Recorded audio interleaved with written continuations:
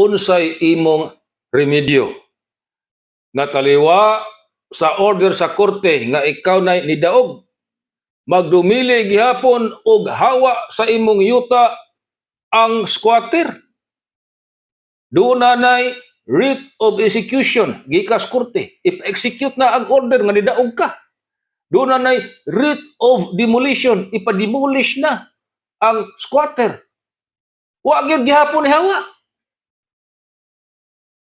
Natural og doon na gani demolition magdadyo kag pulis og anaa ang sheriff gikas korte. Karon di gid mahawa ang squatter. Di mahadlok og pulis. Di sa mahadlok og sheriff.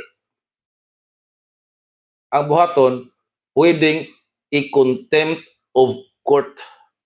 Pasakaan og contempt of court ngadto sa korte tungod kay wa ni tuman ang squatter sa order sa hukmanan o tungod sa iyahang pagsupak sa order sa korte, pwede siyang prisuhon o padayon nga magdumili sa order sa korte nga mohawa na sa imong yuta.